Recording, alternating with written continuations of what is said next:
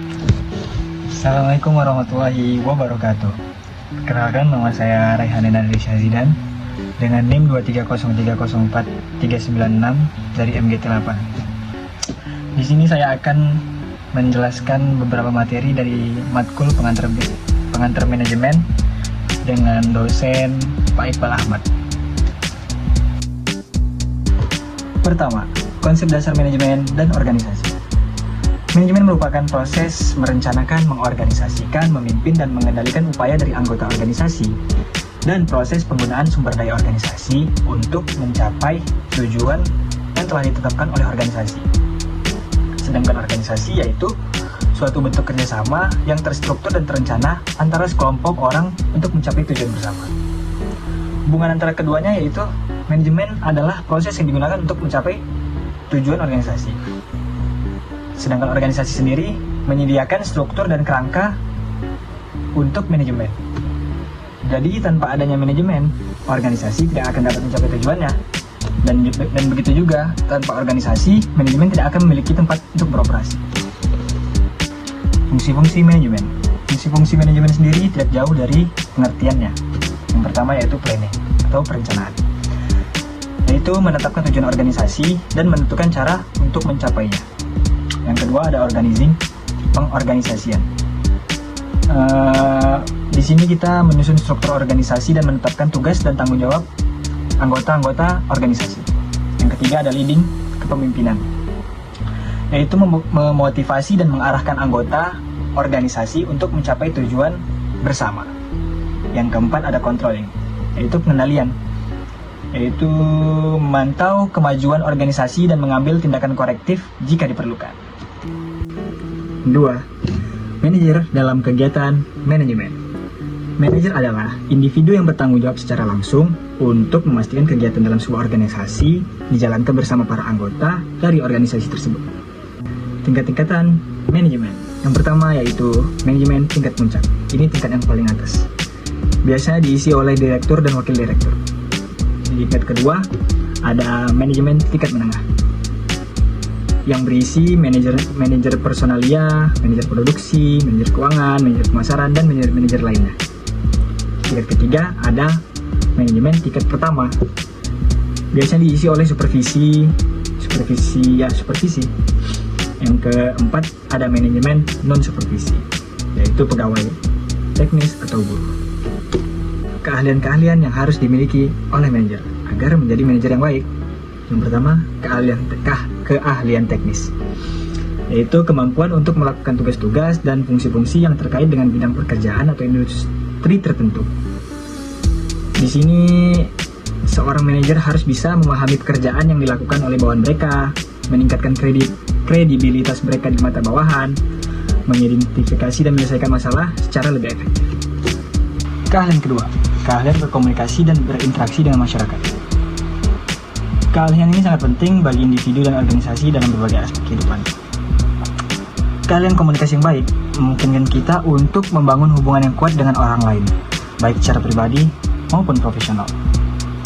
Terus juga keahlian komunikasi yang baik mampu meningkatkan keyakinan dalam berkomunikasi dan rasa lebih percaya diri dalam berbagai situasi. Juga merupakan keahlian dalam mengambil keputusan. Keahlian ini adalah kemampuan untuk memilih opsi yang terbaik di antara beberapa pilihan yang tersedia. Ini adalah keterampilan penting yang dibutuhkan oleh seorang manajer. Keempat, keahlian dalam mengelola waktu. Seorang manajer harus bisa merencanakan, mengatur, dan menggunakan waktu secara efektif untuk mencapai tujuan. Keahlian ini sangat penting bagi mereka dalam berbagai aspek kehidupan. Materi 3. Tanggung jawab sosial perusahaan. Merupakan bentuk kepedulian perusahaan terhadap lingkungan eksternal perusahaan melalui berbagai kegiatan yang dilakukan dalam rangka penjagaan lingkungan, norma masyarakat, partisipasi pembangunan, serta berbagai bentuk tanggung jawab sosial lainnya. Manfaat tanggung jawab sosial perusahaan yaitu ada 3. Manfaat yang pertama, manfaat bagi perusahaan, yakni menambah citra positif perusahaan di mata masyarakat dan pemerintah. Yang kedua, manfaat bagi masyarakat. Selain kepentingan masyarakat terakomodasi, hubungan masyarakat dengan perusahaan akan lebih erat dalam situasi win-win solution. Yang terakhir, manfaat bagi pemerintah. Manfaat bagi pemerintah, kurang lebih perusahaan memiliki partner dalam menjalankan misi sosial dari pemerintah dalam hal tanggung jawab sosial. Pro kontra mengenai tanggung jawab sosial perusahaan. Pandangan kelompok pro. Yang pertama, perusahaan adalah bagian dari lingkungan sosial masyarakat. Oleh karena itu, sudah semestinya ikut berpartisipasi dan bertanggung jawab atas apa yang terjadi di masyarakat. Yang kedua, perusahaan biasanya memiliki sumber daya untuk menyelesaikan masalah di lingkungan sosial masyarakat. Dan pandangan kelompok kontra, yang pertama, perusahaan yang ikut berpartisipasi dan bertanggung jawab dalam lingkungan sosial masyarakat justru akan memiliki kekuatan untuk mengontrol masyarakat. Dan itu indikasi yang kurang baik secara sosial. Dan yang kedua, akan banyak terdapat konflik kepentingan di masyarakat jika perusahaan terlibat dalam aktivitas sosial. Etika manajemen merupakan standar kelayakan pengelolaan organisasi yang memenuhi kriteria etika. Hubungan antara etika manajemen dan tanggung jawab sosial, yaitu etika manajemen merupakan fondasi dari tanggung jawab sosial tersebut. Dan yang kedua, tanggung jawab sosial adalah wujud nyata dari komitmen perusahaan terhadap etika manajemen. Dengan menjalankan program tanggung jawab sosial, perusahaan menunjukkan bahwa mereka berkomitmen untuk melakukan bisnis secara bertanggung jawab dan etis. Materi 4. Perencanaan dan manajemen strategi. Perencanaan strategis adalah proses yang digunakan oleh organisasi untuk menentukan tujuan jangka panjangnya dan mengembangkan strategi untuk mencapai tujuan tersebut. Sedangkan manajemen strategi sendiri adalah proses yang digunakan oleh organisasi untuk mengimplementasikan strategi yang telah dikembangkan dalam proses perencanaan strategis. Manfaat perencanaan dan manajemen strategi. Yang pertama yaitu meningkatkan fokus dan arah organisasi.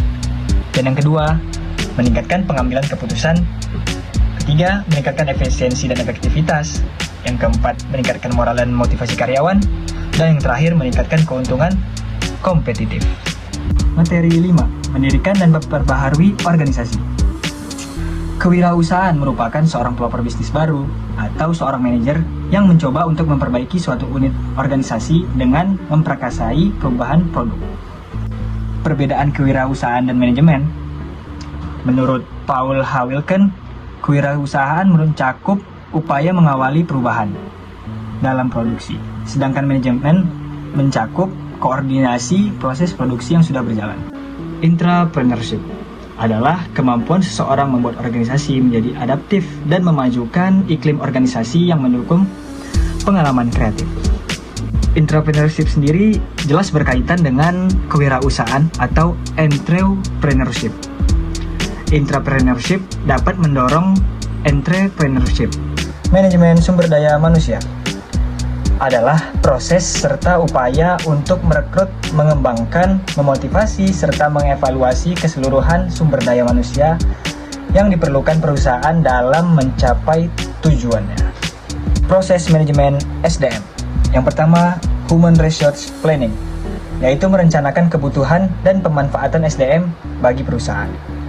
Yang kedua ada Personnel Procurement, mencari dan mendapatkan sumber daya manusia, termasuk di dalamnya rekrutmen, seleksi, dan penempatan serta kontrak tenaga kerja. Yang ketiga ada Personnel Development, yaitu mengembangkan sumber daya manusia, termasuk di dalamnya program orientasi tenaga kerja, pendidikan, dan pelatihan.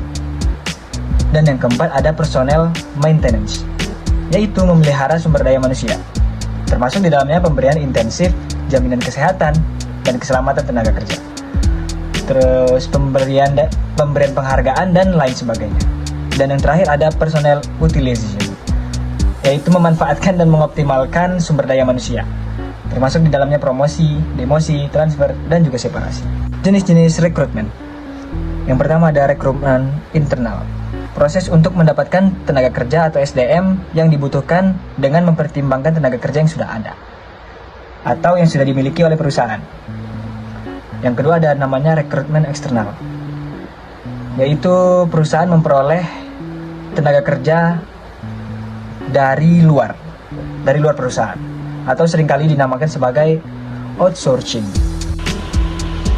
Sekian penjelasan ringkas dari saya tentang materi manajemen ini, pengantar manajemen ini. Kurang lebihnya mohon maaf. Wassalamualaikum warahmatullahi wabarakatuh.